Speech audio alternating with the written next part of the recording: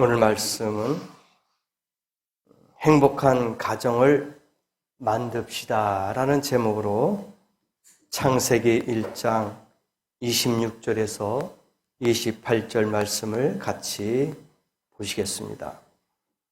오늘 이 말씀을 보면서 5월달 첫 주 가정의 달이 됐습니다. 그래서 어떻게 하면은 행복한 가정을 만들 수 있을까? 그렇게 한번 생각해 볼 수 있는 5월이 되겠죠. 1852년 4월 10일 미국의 한 시민이 알제리에서 사망을 했습니다. 31년이 지난 후 미국 정부는 군함을 보내서 그의 유해를 미국으로 운구해 오도록 그렇게 했습니다. 드디어 유해가 미국 뉴욕에 도착하던 날, 뉴욕시가 생긴 이래로 최대의 인파가 부두에 몰려들었습니다.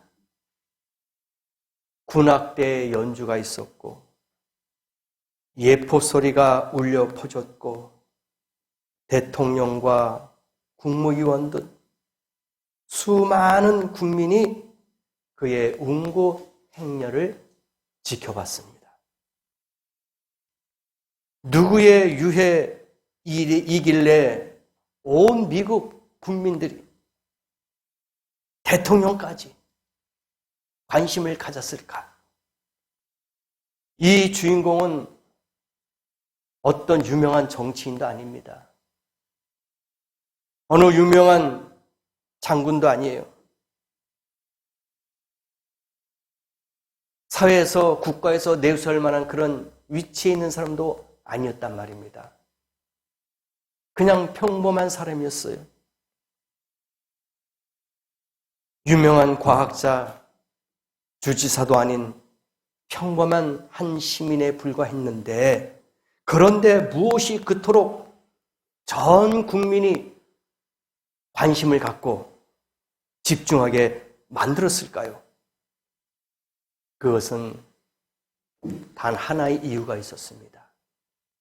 그가 노래 한 곡을 만들었어요.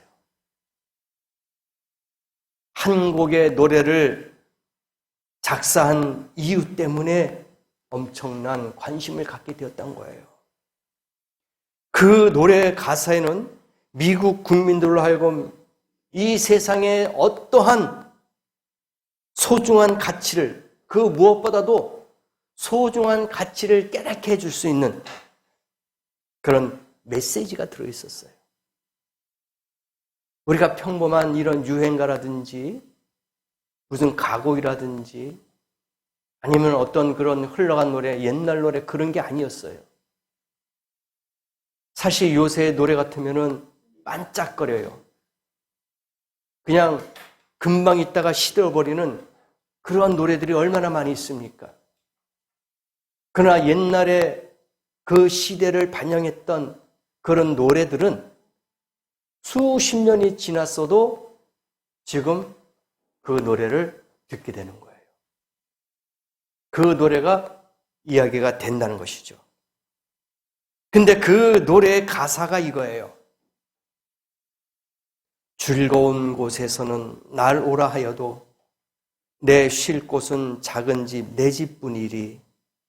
내 나라 내 기쁨 길이 쉴 곳도 꽃 피고 새 우는 집 내 집뿐이리. 오 사랑 나의 집 즐거운 나의 벗 집 내 집뿐이라. 이 가사예요. 원 제목이 영어로 홈 스위트 홈,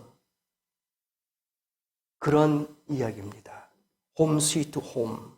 우리나라에서도 즐거운 나의 집으로 잘 알려져 있죠. 그래서 이 작사자는 존 하워드 페인입니다. 너무나도 유명한 노래예요. 그가 이야기한 건 뭐냐? 이 세상의 그 어떤 곳보다도 내 집, 내 가정이 가장 아름답고 가장 소중하고 가장 행복한 곳이다 라고 이야기한 거예요. 그래서 그 작사자가 알제리에서 죽었다가 돌아오는데 그렇게 많은 인파들이 그의 죽음을 애도하고 그를 그렇게 환영했던 거예요. 왜? 가정이라는 그 기쁨과 즐거움과 희노애락이 다 담겨있는 집을 알려준 거잖아요. 깨닫게 한 거예요. 우리가 어디 외출했다가 집에 돌아오면은 집이 초가집이다 할지라도 그렇게 편할 수가 없어요. 어디 여행 갔다가 집에 돌아와도 집보다 좋은 곳이 없어요. 세계의 어느 곳에 아름답고 좋은 휴양지가 있다 할지라도 내 집만큼은 못한 거예요. 비록 하나의 침대와 하나의 방이 있다 할지라도 그것이 행복한 거예요. 그것이 기쁨의 집이란 말입니다. 그래서 그 작사자가 그러한 대접을 받았던 거예요. 옛날이나 지금이나 우리에게 가장 소중한 것을 묻는다면은 그것은 뭘까요? 바로 사랑하는 가족이 있는 가정일 것입니다. 다른 게 아니에요. 사랑하는 가족들이 모여있는 그 가정이 가장 행복한 곳이다. 그렇게 말할 수가 있다는 것이죠. 사랑하는 남편과 아내, 사랑하는 존경하는 부모님, 그리고 사랑하는 자녀가 있는 가정이 바로 행복이 시작하는 곳이기 때문입니다. 그래서 이 5월달에 가정의 날을 맞이해서 우리에게 행복이란 건 무엇인가? 물질이 많이 있다고 행복할까요? 아닙니다. 많이 배웠다고 행복할까요? 아닙니다. 가장 행복한 것은 내 가정에서, 내 집에서 콩 하나를 반쪽이라도 나눠 먹을 수 있는 그러한 가정이라도 있다면은, 그런 집이 있다면은 그것이 행복이에요. 그것이 아름다운 것인 줄을 믿습니다. 창조주 하나님께서 오늘 말씀 보니까 뭐라고 나옵니까? 여자와 남자를 창조하셨어요. 본문 말씀 그대로예요. 하나님이 자기 형상대로 사람을 창조하시되 누구와? 남자와 여자를. 이게 뭐예요? 부부를, 가정을 만들어 주셨다 이거예요. 이게 하나님이 원하시는 거예요. 그리고 하나님이 그들에게 뭘 주셨습니까? 복을 주셨어요. 그래서 이 땅에 생육하고 번성하라. 그러니까 자녀를 낳고 번성하면서 행복하게 살아라. 그리고 땅에 충만하고 땅을 정복하고 이 지구에 있는 모든 동식물들을 다스려라 하고 우리에게 권한을 주신 거예요. 이게 행복입니다. 이게 가정이에요. 그런데 오늘날 이 가정에 위기가 많이 있어요. 너무나도 안타까운 사건들이 많이 일어납니다. 너무나도 쉽게 가정을 포기해요. 어저께 우연히 TV에 보니까 서울대학교 여자 교수가 나와서 이야기하는데 가정에 대해서 특집으로 이야기하는 거예요. 5월달이니까. 근데 그 가정의 달에 이야기하는데 너무나도 무서운 이야기들이에요. 앞으로 2050년이 되면은요, 60세 이상 되는 그 노인네들이 50%래요. 그러니까 두 사람 중에 한 명이 50대 이상이야, 이제는. 그리고 60대까지 올라가는 거예요. 앞으로 지금 30, 40대 사람들이 25년 후에는 50대, 60대가 되는 거야. 그러니까 노령 인구가 50대 50이라 이거예요. 한 명 걸러서 50, 60대의 노인들이 있다는 거예요. 점점 젊은 세대들이 없어지고 노인네들이 생긴다는 거예요. 그리고 혼자 사는 사람들이 그렇게 많대요. 미혼주의자들, 독신 그런 사람들이 너무나 많대. 왜? 가정을 가지고자 하지만은 제약된 게 너무나 많아요. 장애물이 너무 많습니다. 집을 얻으려면은 비싸죠. 자녀를 키우려면은 교육비가, 유아비가 너무 많이 들지요. 먹고 살자니 물가가 너무 뛰죠. 그래서 이제는 혼자 사는 그런 혼족들 너무나 많대요. 앞으로 2050년만 돼도 3명 중에 1명이 독신이에요, 이제는. 그리고 30대가 무너지고 20대가 무너지고 한 사람이 8명을 부양해야 된다는 거예요. 한 사람이 양가 부모님, 그리고 이쪽, 저쪽, 시가, 친가, 그 다음에 자기 부부 몇 명입니까? 6명이래요. 거기에 딸린 또 식구들, 이제 앞으로는 7, 8명을 혼자서 부양하게 된다는 거예요. 앞으로 가면 갈수록 더 힘들대요. 그래서 결혼이 힘들어지고 결혼을 했어도 자녀 갖는 게 무섭다는 거예요. 그만큼 사회 보장이 안 된다는 겁니다. 그래서 가정이 이룰 수 없어요. 이제 가정이란 말이 없어지는 거예요. 그리고 형제라는 말이, 자매라는 말이 없어진대요. 이모, 삼촌이라는 말이 없어진대요. 왜? 자식을 안 낳으니까 이제는 족보가 사라지는 거예요. 자식을 낳아도 1명밖에 안 나니까 이제 외동딸, 외동아들 이런 이야기만 있지 형제라는 말이 없어지고 자매라는 말이 없어진대요. 무서운 말이에요. 이모라는 말이 없어지고 삼촌이라는 말이 없어진대요. 왜? 앞으로 형제가 없어지니까. 그러니까 이제 외동아들, 외동딸 이런 얘기만 나오는 거예요. 가정이 다 깨지는 겁니다. 가정이 만들어지지 않아요. 형성되지 않습니다. 무서운 시대가 오는 거예요. 심각합니다. 지금 있는 가정도 너무나도 쉽게 포기해요. 우리나라가 이혼이란 말은 있지만은 과거에 졸혼이란 말은 없어요. 졸혼은 일본에서 들어온 거예요. 호족상으로는 부부인데 생활은 이혼 상태야. 깨진 상태입니다. 헤어진 상태예요. 그래서 혼인을 졸업하자.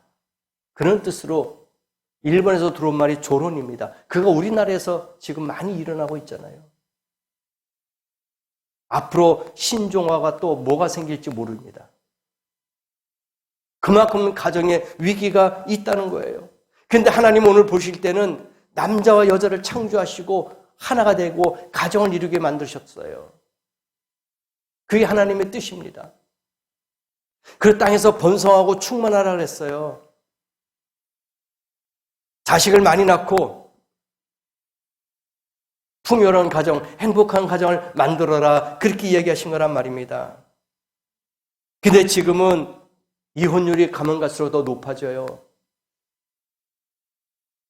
깨집니다. 서로에 대한 존경이 사라집니다. 죄악과 세속과 불신이 가정을 깨고 있어요. 우리나라가 가면 갈수록 더 심각해지잖아요. 간음죄도 없어졌어요. 불륜해도 상관이 없어요. 그만큼 이 시대가 너무나도 잘못된 것으로 많이 빠져 있단 말입니다. 어떻게 하면 행복한 가정으로 회복될 수 있을까? 여기에 행복한 가정을 만드는 비결이 있습니다. 오늘 본문 말씀 보세요. 두 부부가 하나님의 형상을 닮아가기 위해서 노력하는 거예요. 하나님은 어떤 하나님입니까? 사랑의 하나님이에요. 그래서 하나님을 닮아가고자 노력하라 이거예요. 서로 사랑하라 그런 말씀을 주시는 거예요. 서로를 귀하게 여겨라 이겁니다. 이게 하나님의 형상을 닮아가는 거예요. 예수님을 가정의 주인으로 모시고 가정 예배, 교회 예배가 충실한다면 그 가정과 그 교회는 행복한 곳인 줄 믿습니다. 주님이 계시지 않는 곳에서는 불행한 거예요. 불행한 가정이 될 수밖에 없습니다. 그러나 예수님이 그 가정에 계신다면 하나님을 닮아가는 그 모습이라면 그 가정은 행복한 가정인 줄 믿습니다. 그리고 날마다 감사하는 마음으로 생활하는 거예요. 원망과 불만이 있는 그 가정, 행복한 가정일까요? 아닙니다. 교회에서나 가정에서나 불평과 불만이 있다면 행복한 곳이 될 수가 없어요. 그러나 그 가정에, 그 교회에 감사가 넘친다면 행복한 교회요, 행복한 가정인 줄 믿습니다. 그래서 사람을 닮아가는 사람 되지 마시고 하나님을 닮아가는 성도 되기를 원합니다. 세상의 화려한 것을 닮아가지 마시고 주님의 아름다운 모습을 닮아가기를 원합니다. 그게 행복한 거예요. 그게 즐거운 것입니다. 이 한 사람, 이 즐거운 나의 곳에서 날 오라 하여도 내 쉴 곳은 작은 집, 내 집뿐이다. 예. 즐거운 곳에서 세상에 어떤 즐거움인지 몰라요. 거기서 날 오라 한다 할지라도 내가 즐거운 곳은 내 집뿐이밖에 없다. 세상에 아무리 좋은 곳에서 날 불러도 즐거운 곳은 내 집밖에 없다. 작은 집, 내 집뿐이다. 그렇게 이야기한 거예요. 그곳이 내가 쉴 곳이다. 내가 생활할 곳이다. 바로 나의 집, 작은 집, 홈 스위트다 이거예요. 여러분도 5월달 가정의 달을 맞이해서 하나님을 닮아가는 모습을 갖고 생활하시길 바랍니다. 그리고 그 가정에 늘 감사와 찬양이 있기를 원합니다. 그럴 때 그 가정은 행복한 가정이 될 수 있어요. 그래서 오늘서부터 부부가 서로 사랑하고 서로 이해하고 서로 하나님을 닮아가고자 애쓰고 노력하는 그 가정은 복되고 행복한 가정인 줄 믿습니다. 5월달 한 달 그런 가정을 만드셔서 하나님이 정말 그 가정을 사랑하시고 또 여러분을 복주시는 그런 귀한 가정이 되시기를 예수님의 이름으로 간절히 축복합니다. 기도하시겠습니다.